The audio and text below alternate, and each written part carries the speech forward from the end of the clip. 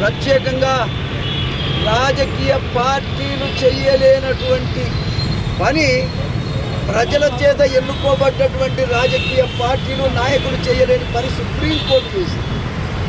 Supreme court సమన్యాయం చేసింది. ధర్మాసనం ధర్మం చేసింది. ఇలా ధర్మమే గెలిచింది. దీనికి ప్రత్యేకంగా సుప్రీంకోర్టు చీఫ్ జస్టిస్ చంద్రచూడ్ గారికి, అదేవిధంగా బెంచ్ పైన ఉన్నటువంటి ఇతర జడ్జీలందరికీ, మాదిగలందరి తరఫున నేను కృతజ్ఞతలు ఈ సందర్భంగా తెలియజేస్తా ఉన్నా. ఇది మామూలు విషయం కాదు, ఇది చరిత్రాత్మకమైనటువంటి విషయం. ఇవాళ కొట్లాడింది ఉమ్మడి ఆంధ్రప్రదేశ్లో ఉన్నటువంటి మాదిగలైతే ఇలా స్వతంత్రం నిజంగా చెప్పాలంటే మొత్తం భారతదేశంలో ఉన్నటువంటి నష్టపోయిన దళితులు, ఒక దగ్గర మాదిగలు ఉండొచ్చు, ఒక దగ్గర మాలలు ఉండొచ్చు, మరొక దగ్గర ఇంకొకరు ఉండొచ్చు, కానీ నష్టపోయిన వాళ్ళందరికీ మేలు జరిగింది. ముఖ్యంగా పోరాటం మొదలుపెట్టినటువంటి తెలంగాణ గడ్డకు ఇవాళ మేలు జరిగింది. అదేవిధంగా ఆంధ్ర తమ్ముళ్ళందరికీ కూడా ఇవాళ మేలు జరిగింది. చాలా సంతోషం. ఈ సంతోష శుభ సందర్భంగా మరి ముఖ్యంగా మొదట ధన్యవాదాలు చెప్పవలసింది, కృతజ్ఞతలు చెప్పవలసింది, జీవితాంతం గుర్తుంచుకోవాల్సింది చంద్రచూడ్ గారిని, ఆ బెంచ్ మొత్తాన్ని కూడా 7 సభ్యులను. అదే రకంగా ఈ ఉద్యమాన్ని 30 సంవత్సరాలుగా చేస్తున్నటువంటి పోరాటం, ఈ కళ నెరవేరటానికి సుప్రీంకోర్టుకు అండదండగా ఉన్నటువంటి నరేంద్ర మోడీ గారు. నేను రాజకీయాలు మాట్లాడుతున్నాను, నేను కాంగ్రెస్ పార్టీలో ఉన్నప్పటికీ నేను జాతివాడిగా మాట్లాడుతున్నాను. నేను ఏది న్యాయమో ఎవరు చేయలేని పని ఇవాళ నరేంద్ర మోడీ గారు ప్రభుత్వం యొక్క ఆలోచన విధానాన్ని కూడా సుప్రీంకోర్టుకు తెలియజేయటం, సుప్రీంకోర్టు ఈ యొక్క కార్యక్రమాన్ని, ఒక మంచి కార్యక్రమాన్ని, ఒక మహత్తరమైనటువంటి కార్యక్రమాన్ని, ఒక చరిత్రాత్మకమైనటువంటి కార్యక్రమాన్ని ఇవాళ ప్రకటించిన విషయాన్ని సందర్భంగా తెలియజేస్తాం. మొదట సుప్రీంకోర్టుకి ధన్యవాదాలు, చేతులెత్తి దండం పెడతా ఉన్న మా జనం పక్షాన. అదేవిధంగా నరేంద్ర మోడీ గారికి మాదిగల పక్షాన, మాదిగ కులం మీటింగ్లకు వచ్చి మాదిగ కులం యొక్క గౌరవాన్ని పెంచినటువంటి వాడు నరేంద్ర మోడీ. ప్రధానమంత్రి అయి ఉండి కూడా ఎన్నడూ కూడా మా కులాన్ని గుర్తించిన నాయకులు లేరు. కానీ ప్రధానమంత్రి హోదాలో మరి ఇవాళ మాదిగలు గుర్తించినటువంటి పరిస్థితి కాక ఆయన మొన్న అసెంబ్లీ పార్లమెంట్ ఎన్నికల చెప్పాడు, తప్పకుండా ఇది అమలవుతుందని చెప్పాడు. కృష్ణ మాదిగని కౌగలించుకున్నాడు. కృష్ణ మాదిగని కౌగలించుకోవాలంటే అందరినీ కౌగలించుకున్నట్టే మాదిగ జాతి. ఇది అర్థం చేసుకోవాల్సిన అవసరం ఉంది.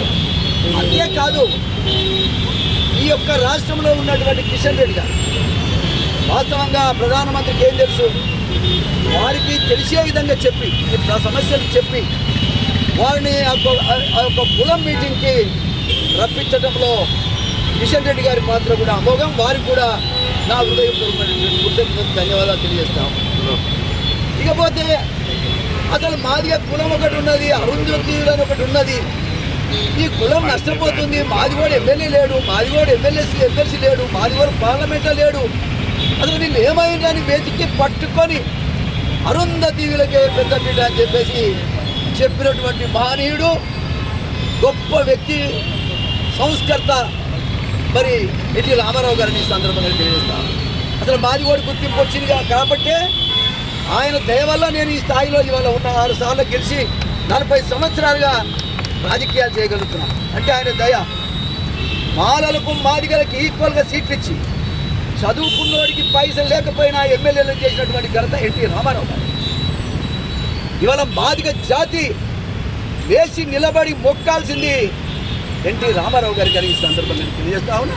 ఆయన ఒక మహనీయుడు, ఒక యుగ పురుషుడు. ఆయన ఆలోచన విధానం అంతా నష్టపోయిన వానికి లాభం చేయటం, ఎవడైతే బతకలేడో వాడికి సాయం చేయటం. అందుకే కదా మాదిగలను పైకి లేపాడు. బీసీలకు కూడా 20% లోకల్ బాడీస్లో మొట్టమొదటి భారతదేశంలో రిజర్వేషన్ ఇచ్చినటువంటి మహనీయుడు ఎన్టీ రామారావు గారు. అదేవిధంగా బీసీలకు ప్రముఖ స్థానాలు ఇచ్చి పైకి తెచ్చినప్పుడు కూడా ఎన్టీ రామారావు గారు.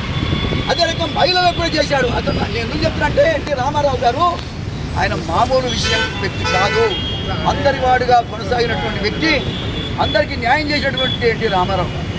ఇకపోతే ఆయన వరవడిలో 2000 సంవత్సరంలో చట్టం తీసుకొచ్చి 2004 ABCD చట్టాన్ని తీసుకొచ్చి అమలు చేసినటువంటి నాయకుడు ఈ భారతదేశంలో చంద్రబాబు నాయుడు గారు. దానివల్ల ఈ 4 సంవత్సరాలు 2000 నుంచి 2004 వరకు చట్టం ABCD వర్గీకరణ చేసి ఆ చట్టాన్ని అమలు చేసిన చంద్రబాబు నాయుడు దయ వల్ల ఎంతోమంది మాదిగలు డాక్టర్లు అయ్యిండ్రు, ఇంజనీర్లు అయ్యిండ్రు, IASలు అయిపోయిండ్రు, IPSలు అయ్యిండ్రు, ఎంతోమంది బాగా చదువుకున్నారు. ఇది గమనించాలి. 2004లో మరి కొట్టేసింది, గవర్నమెంట్ మారింది, ABCD వర్గీకరణ చట్టాన్ని కొట్టేశారు. అంటే 20 సంవత్సరాలు 2004లో కొట్టేస్తే 2024 20 సంవత్సరాలు మాదిగ జాతి ఎంత నష్టపోయిందో ఇవాళ అర్థం చేసుకోవాల్సిన అవసరం ఉంది. ఏది ఏమైనా చంద్రబాబు నాయుడు గారు చేసినటువంటి చట్టమే ఇవాళ భారతదేశంలో ఉన్నటువంటి ముఖ్యంగా ధర్మాసనం, సుప్రీంకోర్టు, చంద్రచూడ్ గారు ప్రకటించినటువంటి ప్రకటన చట్టం చంద్రబాబు నాయుడు గారు చేసిందే. వాళ్ళు కూడా ఇలా అమలు చేసినటువంటి సందర్భంగా తెలియజేస్తా ఉన్నా. ముఖ్యంగా చంద్రబాబు నాయుడు గారికి ధన్యవాదాలు ఈ సందర్భంగా తెలియజేస్తాను. ఇకపోతే ఇవాళ గమనించవలసింది ఏంటంటే, సరే అందరూ మాకు సాయం చేశారు. ఏమే కేసీఆర్ కూడా ఆయన గవర్నమెంట్ వచ్చిన తర్వాత ఇమ్మీడియట్గా రెజల్యూషన్ పాస్ చేశారు. రెజల్యూషన్ పాస్ చేసి కేంద్ర మంత్రులు వారికి కూడా ధన్యవాదాలు. అదేవిధంగా ఇవాళ మా రేవంత్ రెడ్డి గారు, మా తమ్ముడు, అంటే నన్ను ఇది కాకుండా ఉంచిన వేరే విషయం.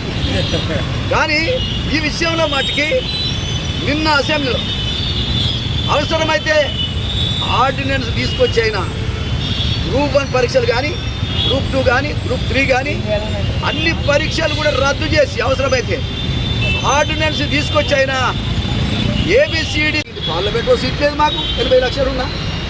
అదేవిధంగా అసెంబ్లీలో సీట్లు లేవు, 5, 6 ఉన్నాయి. 12, 13 రావాల్సింది 5, 6 కూడా లేవు మాకు.